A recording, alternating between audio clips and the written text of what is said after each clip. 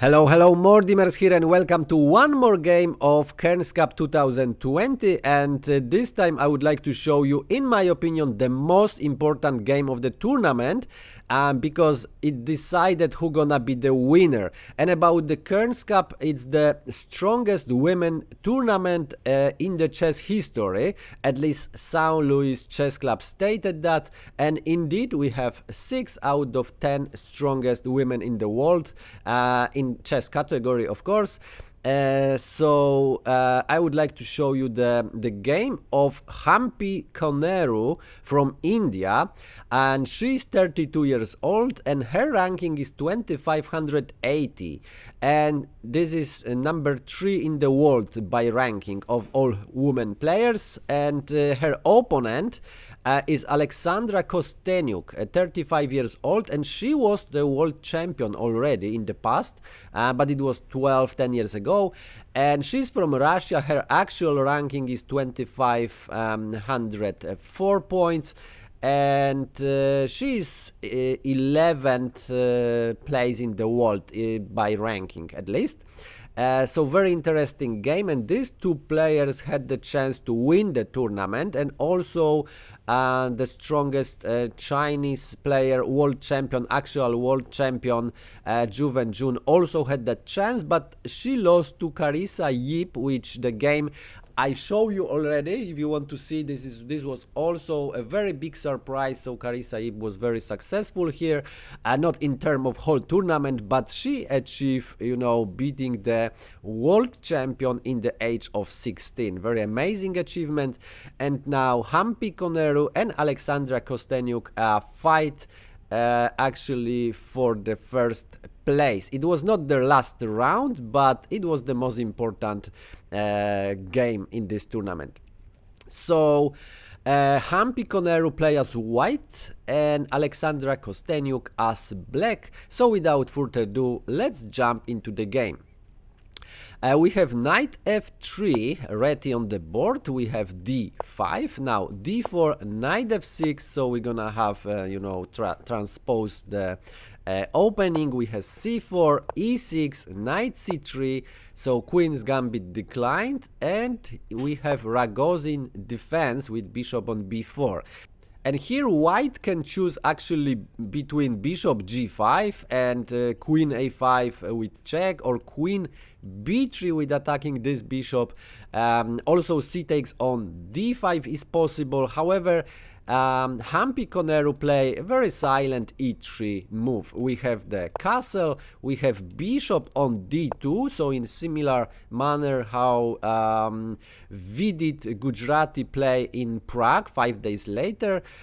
We have b6 and rook on c1. And as I told you, 5 days later, Vidit Gujarati during Prague Chess Festival got similar structure. So now, if Kosteniuk would play bishop on b7, and we would have bishop on d3, rook e8, c takes on d5, it takes on d5, we would have a very known structure where normally the castle is played, but Vidit 5 days later play knight on b5, and with a lot of complications and difficult game for black. So I'm just wondering if Indian team, work together on these openings.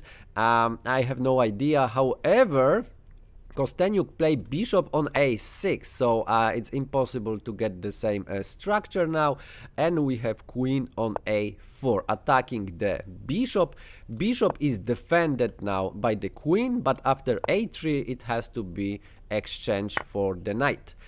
So we have bishop on c3, and then knight e4 attacking the bishop. So black don't want white to have advantage in bishop pair. We have bishop on e2 and knight on c3, and rook on c3 as well. Now d takes on c4, bishop takes on c4, and bishop on b7 attacking the knight on f3. So Koneru just play bishop e2. She doesn't want to mess up the pawn structure. He's very careful about that. And now we have a rook c8 by Kosteniuk, queen c2, and here c5. So Kosteniuk goes for very simple plan. She want to exchange all the pieces and try the endgame. So we have d takes on c5, rook takes on c5, rook takes on c5, and here queen takes on c5, so exchange even more pieces. And now queen takes on c5, bishop takes on c5, and here is actually Kosteniuk wanted to exchange the stuff, but it's very important position now, as black are slightly worse here. First, they have isolated pawn on the c file. They also have the king in the corner. So actually feel free to pause the video and try to find the best way for white to start this endgame. What to do to don't get dominated by black, because this pawn is weak now, but it also can be strength if the knight can, for example, go on b6, and this pawn can be pushed, especially with the rook attacking on the b file. It can be very annoying. So what to play as white while I enjoy my cup of tea.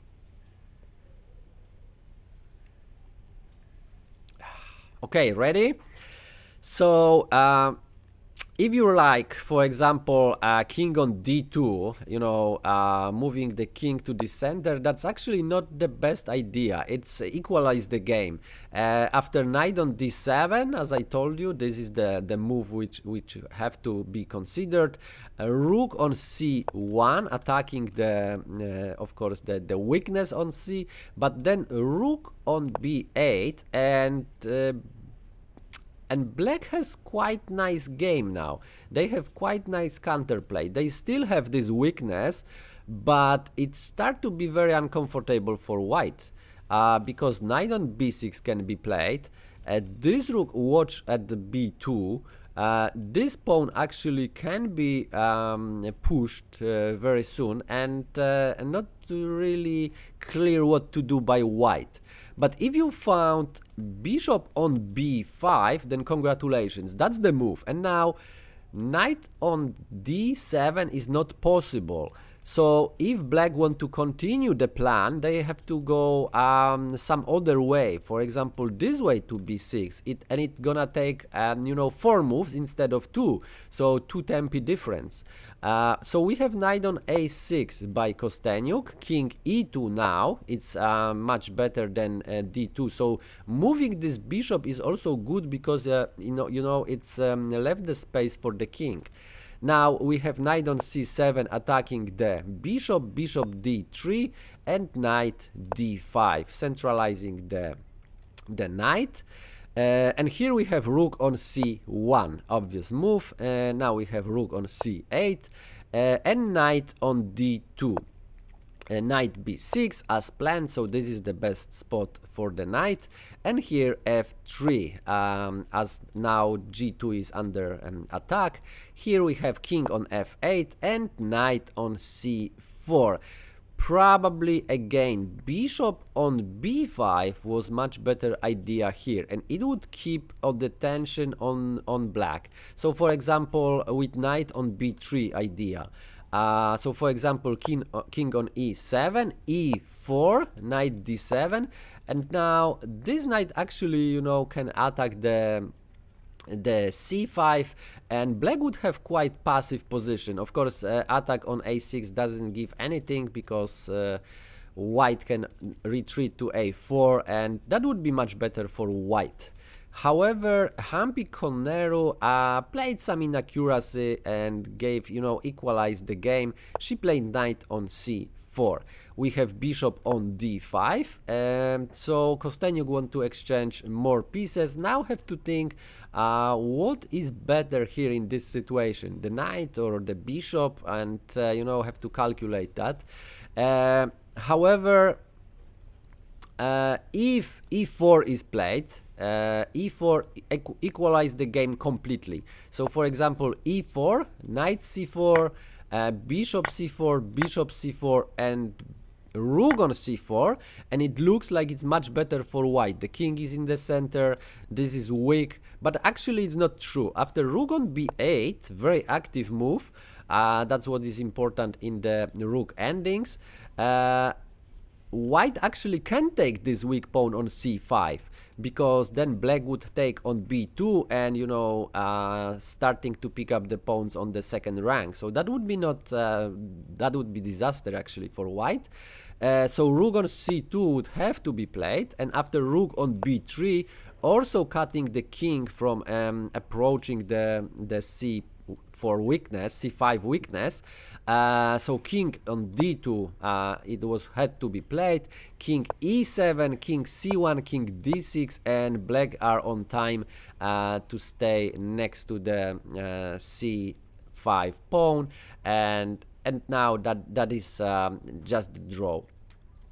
However, knight on e5 was played by Humpy Koneru, and that's actually equalized the game totally. Now we have just c4, push the c4, so bishop has to be moved on b1. Now e5, very important move, and now we have e4. So this was the making the space for the bishop, and bishop is very happy on e6. It defending c4, and also we have more defenders, actually 3 defenders on c4. So c4 blocking, paralyzing the position of white at this moment. We have bishop on a2, king on e7, and now Humpy Koneru see that it's impossible now to do anything against this pawn. So she play b3. So black now just, you know, get rid of this weakness. C takes on b3. Now rook takes on c8, knight takes on c8, and bishop on b3.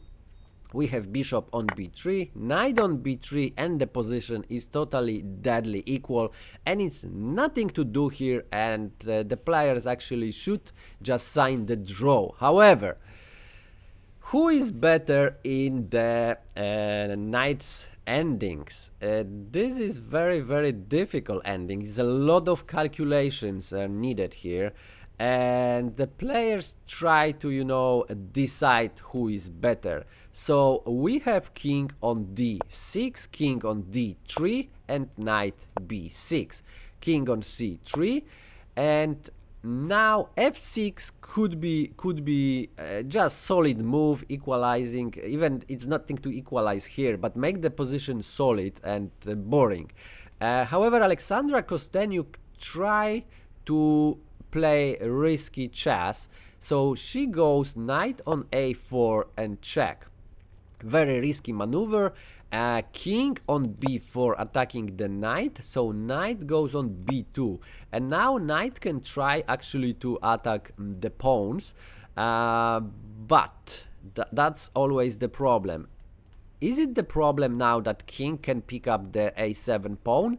Let's see. So we have king on b5, knight on d1, and now if Humpy Koneru, this is everything to, you know, to calculate. If she goes to a6, king on a6 is actually doesn't work, because knight c3 is very strong. So king can take on a7 because knight b5 and king b6, and now this is the draw for sure. It's nothing to do on any of the sides of the chessboards. So we have knight on d2 first. Now knight on c3.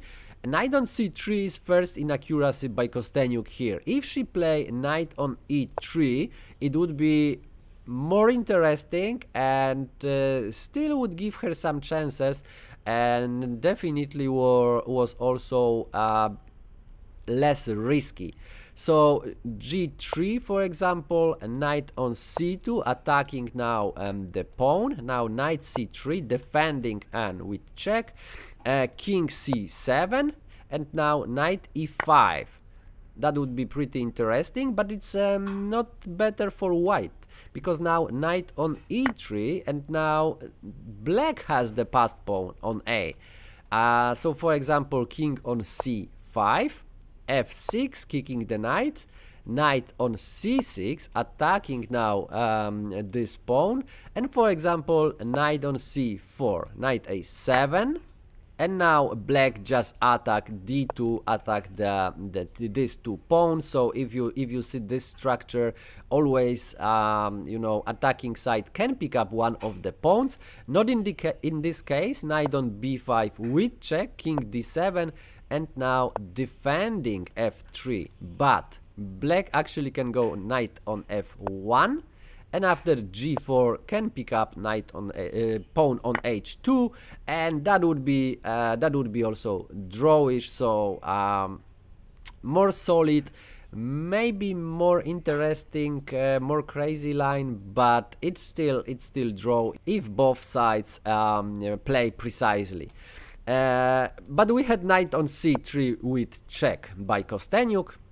King on b4 attacking this knight, so knight on e2 and knight on c4 with check. We have king on e6. King on c6 actually is impossible because now e5 can't be lost. That would be very bad. That would be losing actually for black. This time, so king on e6 has to be played, but the problem is now we have king on b5. We have g6, so now the only counterplay is by activating f pawn and of course creating another passed pawn, as this knight is now too slow to do anything here. So we have king on a6, we have f5, and king takes on a7. If he takes on f5, it's also possible. It doesn't change much. G takes on f5 and king a7, king d5, but now knight e3, attacking the king, attacking the pawn. So that would be still better for white. But king on a7 is also much better for white. We have f takes on e4, f takes on e4, and knight on c3, attacking now e4. And here we have king on b6, so now giving the possibility of marching for the a pawn. The only problem is this knight, but this knight jumped to e4 now. And here, if a4, it looks like very, very attractive, but actually this is too early. If a4 is played, then we would have king on d5. And now knight on e3 with check, king d4, and now if a5, then knight d6, and now if a6, then king can take on e3. That's possible. And then if a7, then of course it's better for black. Black is winning here because picking up the pawn and this pawn is marching, and black would win. So have to be very careful here. But actually after a6 and king on e3, king on c6 also could be played, but it also doesn't work. This time black not gonna win, but black just gonna dance around this pawn, and white never gonna catch this knight. So for example, king on b7, knight d6, king c7, knight b5, king b6, knight d6, and it's impossible to catch that knight.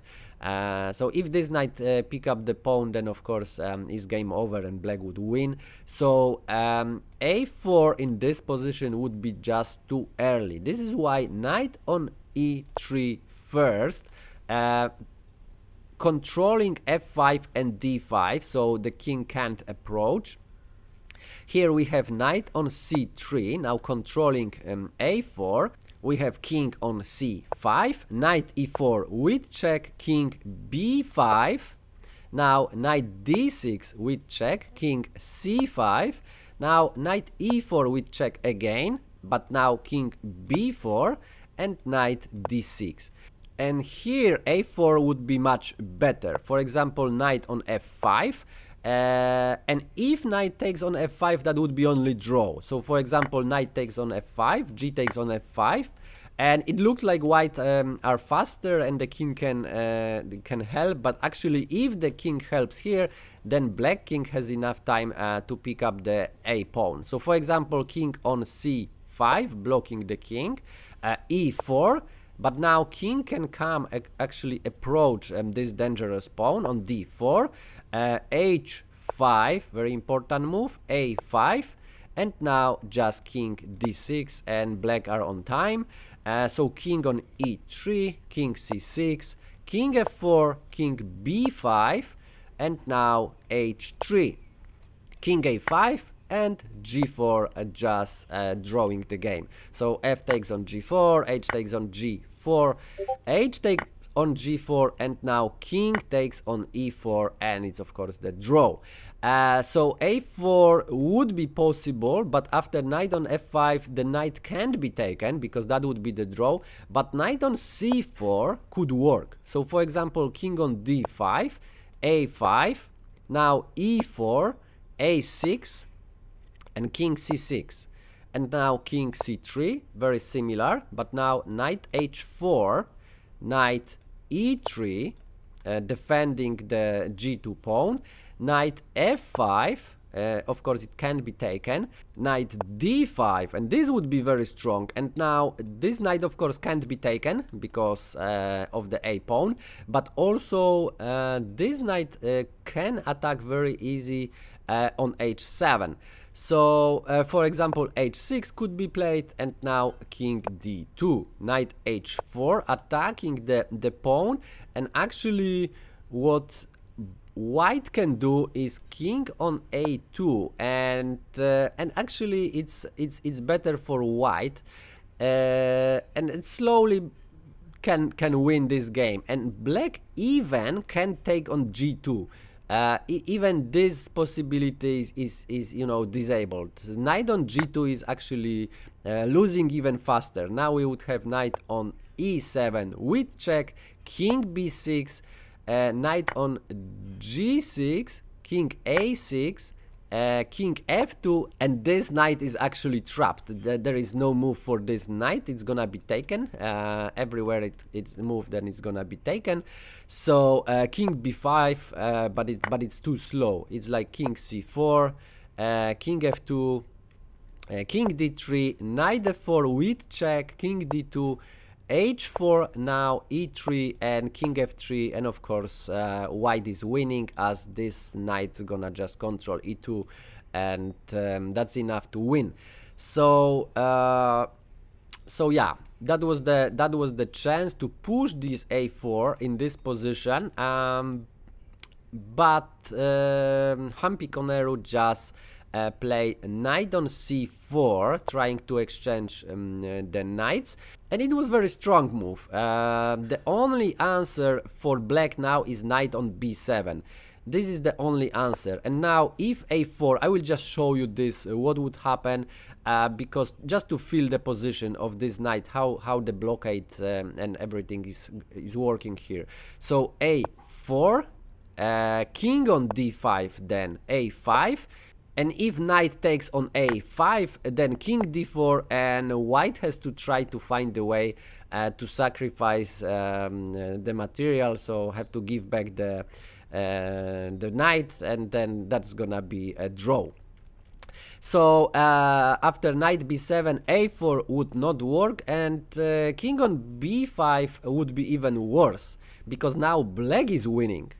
Believe me or not, but now black is winning. So king d5, a4, but now e4, knight e3, king d4, king b6, king e3, king b7, and now black are just faster. So for example, king on f2, and after moving the pawns, black are faster, and yes, white get the queen, but after exchanging, black just pick up the pawns and of course win the game.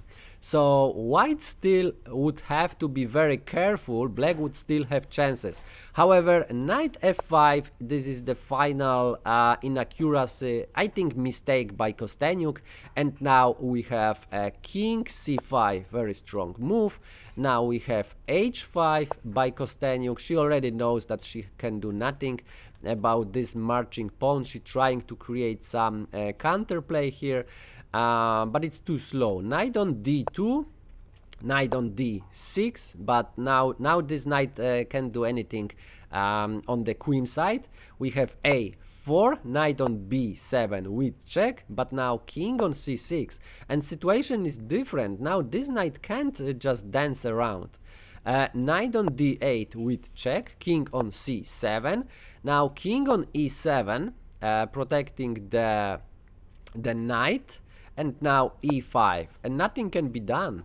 Knight on e6 with check, king c6.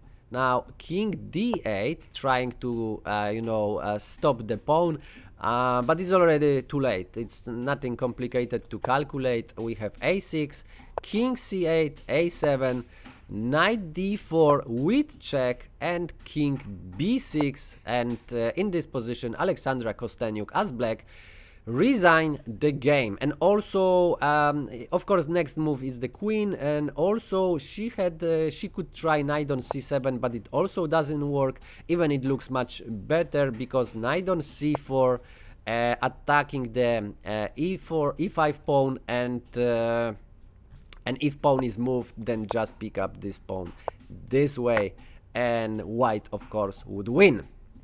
So this is why in this position Alexandra Kosteniuk resigned the game. So Humpy Koneru got 1 point and Alexandra Kosteniuk didn't get 1 point, what is very important now, because here are the final standings of the tournament. So Humpy Koneru won the tournament with the score of 6 points, and this is a sole lead, of course. She also got $45,000 as a prize, first prize, and the second place for Wenjun Ju, 5.5 points. She just lost to Carissa Yip, and that was the most important game probably for her, as she could have a chance to get the first place. The same with Alexandra Kosteniuk, 5 points. If this game is ended in her favor, she could be the first. But congratulations to Humpy Koneru.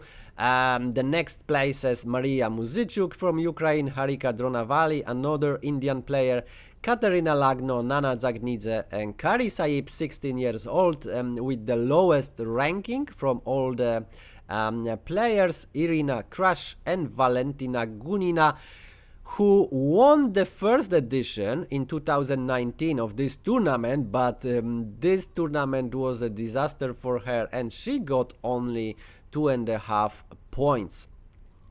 So yeah, that's all. Once again, congratulations for Humpy Koneru. And if you like this video, press a like. If you don't like it for some reason, press unlike. And now we're gonna go for the Prague tournament, Prague International Festival, played in Europe. So if you don't want to miss any of the games commented, click subscribe, click the bell button, and yeah, thanks for watching and see you in the next one.